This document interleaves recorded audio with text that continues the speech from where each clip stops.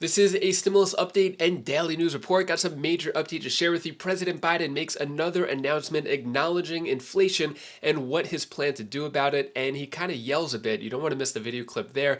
And the press secretary, Karen Jean-Pierre, also was asked the question of whether President Biden should run again in 2024. She couldn't even ask the questions as 50 top Democrats silently say that they don't support President Biden running again. Don't want to miss those clips and that info. Also, Senate has just proposed a new plan to tax the oil companies of all the extra profits that they're getting. And when it comes to stimulus checks, if Republicans win the midterms, they're saying there could be gas tax holiday, more child tax credits. And speaking of child tax credits and other stimulus checks, I'll let you know the latest of $200 to $1,000 checks and a few checks in between that you may not have known about yet, and how they could use federal stimulus money to help out with inflation impacts. And I'll give you some other more important updates as well. Hope you're having a wonderful Wednesday. If you appreciate the fact-based, fast-paced updates, hit the like button down below, and I'm giving $200 checks to my subscribers. I'll talk more about that later on in the video, but first, to say our country was on the right track would flagrantly depart from reality.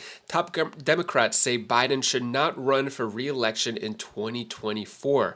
I've asked you guys this question, and many of you said, no, you don't support him for 2024 re-election, even though you voted for him in the past. So 50 top Democratic officials interviewed by the New York Times said Joe Biden should not run for re-election in 2024 presidential election. So yeah, not looking good for him. A lot of failed attempts and a lot of empty promises. There was the Build Back Better. There were more stimulus checks. There was the student loan forgiveness, increased Social Security, among many other promises that haven't been kept yet. And a lot of Democrats are actually going against it. We heard AOC say, not lying, but basically saying that she'll know if she's going to endorse him later on. And also this DNC member supports Biden, but doesn't want him to run for 2024. So that's probably going to be the trend. Everyone says that they support him, but they don't want him to run. And Bernie Sanders is not going to run against Biden in 2024 primary. So we don't know which Democrat is actually going to be the mystery man or woman to run against President Biden. Even the press secretary is not sure if President Biden should run again. She doesn't say no, and she doesn't say yes. Take a look at what she has to say here. Does the president have the stamina, physically and mentally, do you think, to continue on even after 2024? Don, you're asking me this question. Oh my gosh, he's the president of the United States. You know, I can't even keep up with it. We just got back from New Mexico. We just got back from California. That is not a question that we should be even asking. Just look at the work that he does. Look how he's delivering for the American public. Look, that article that we're talking about is hearsay. It's salacious. That's not what we care about. We care about how are we going to deliver for the American people? How are we going to make their lives better? That's what the president talks about. That is his focus. And that's where we're going to continue to focus on. Her response was actually very similar to AOC's response, trying to laugh it off and change the subject. But yeah, President Biden just having a tough time when it comes to all the issues that President Biden is facing, especially inflation, which is the #1 issue on all of Americans' minds. Top priority, Biden acknowledges inflation sapping the strength of a lot of families as economists prepare for the Fed to raise interest rates. So take a look at what President Biden's plan is, and he's a little more fiery here. I don't know if he's angry about what's going on in the press and stuff, but take a look at what he has to say here. The problem is, Republicans in Congress are doing everything they can to stop my plans to bring down costs on ordinary families. That's why my plan is not finished and why the results aren't finished either. Jobs are back, but prices are still too high. COVID is down, but gas prices are up. Our work isn't done. But here's the deal. America still has a choice to make. A choice between a government by the few, for the few, or a government for all of us. Democracy for all of us, an economy where all of us have a fair shot and a chance to earn our place in the economy. My plan is simple. First, I'm doing everything in my power to blunt Putin's gas price hike. Just since he invaded Ukraine, it's gone up $1.74 a gallon because of nothing else but that.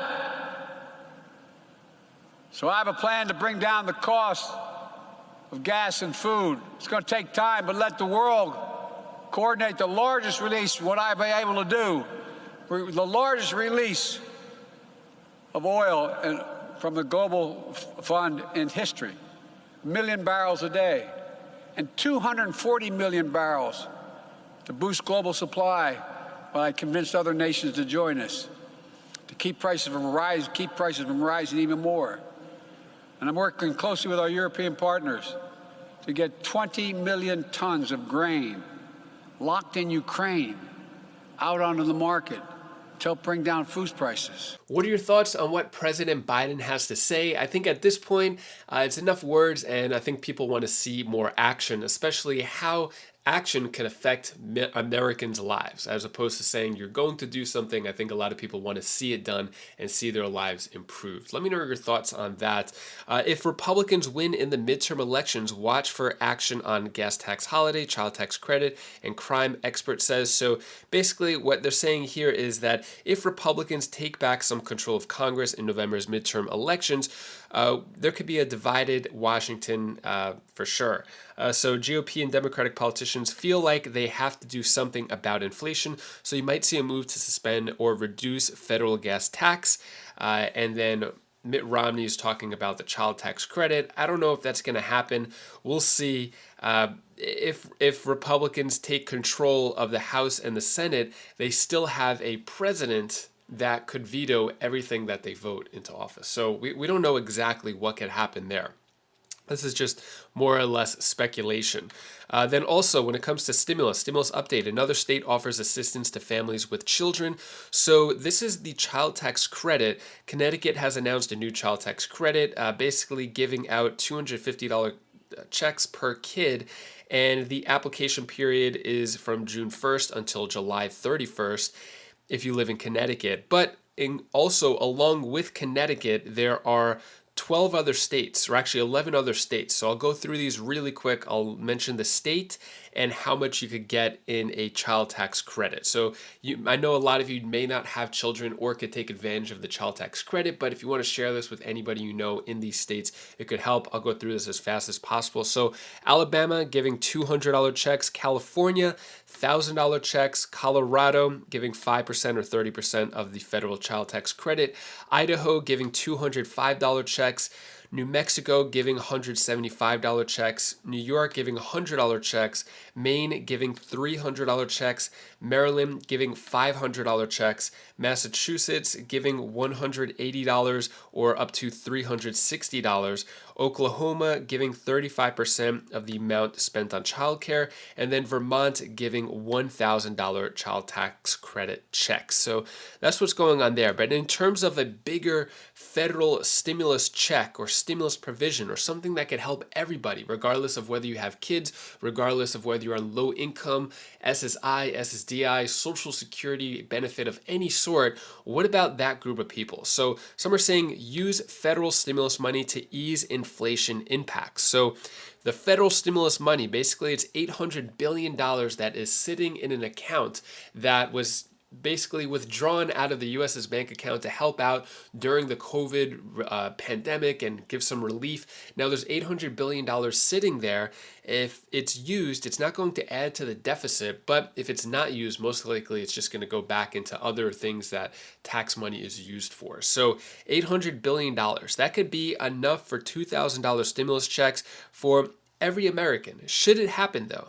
Let me know your thoughts on that. So basically what it's saying here is that it could be used for a lot of different things. Many will turn to local nonprofit and state agencies for food boxes, rent assistance, energy subsidies, and the like, just as they have throughout COVID-19 pandemic the past couple of years. Some will seek this help for the first time in their lives. Unfortunately, others will become despondent and fail to seek help to add to Wyoming's already highest in the nation suicide rate. So yeah, basically there's a lot of money and it should be used for what? stimulus checks? Should it be used for Social Security? Let me know your thoughts on how this could be used. When it comes to other money that could potentially be used for stimulus provisions, so U.S. Senate Finance Chair to propose tax on excess oil profits. Now, if it is taxed, if the oil profits are taxed, where would that money go? Take a look at this video clip right here explaining this new proposal. Tyler, the head of the Senate Finance Committee, is proposing a massive new tax on big oil and gas companies.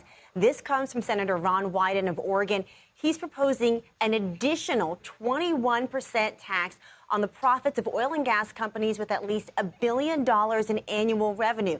Now, this tax on so-called excess profits would be applied to anything above 10% of return on expenses, and it would come in additional to the regular corporate income tax that these companies would have to pay.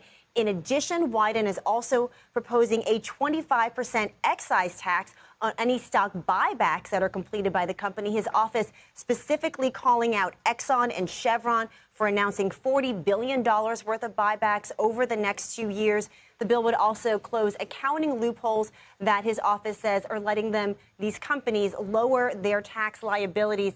In a statement, his office says that the tax code is working for big oil, but not American families. So again, Senator Ron Wyden, the head of the Senate Finance Committee, proposing a 21% tax on big oil and gas companies. Tyler, back to you. What are your thoughts on that? Good idea, bad idea? Should the oil companies be taxed more?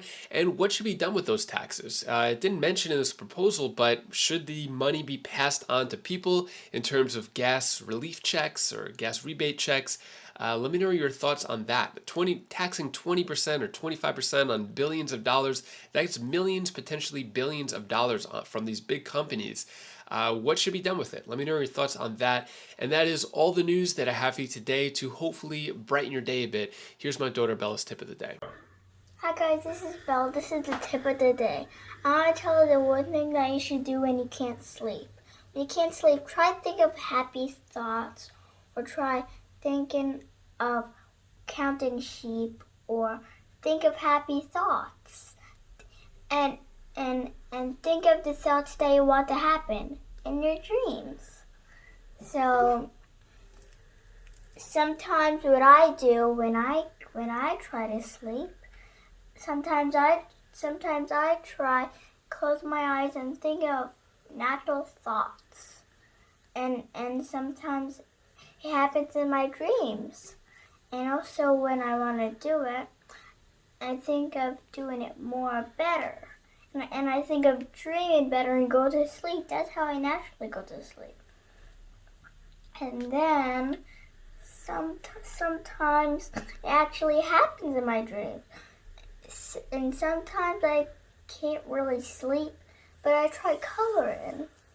So that's all the things I wanted to say for this video. Bye. Thank you so much for watching. Appreciate your time and support. Don't forget, I'm giving out $200 checks. Details down in the description below. And I don't know if you could tell, I slept really bad on my neck. 4 a.m. I've been up since then, and just my neck is super sore. Can't turn my head without turning my body. I'm not sure if you were able to tell in this video, but it's super painful. Hopefully you have a great rest of your day. If you want to check out any of my other videos, you could click up here, and I'll see you in the next video. Take care, be safe. Thank you for watching.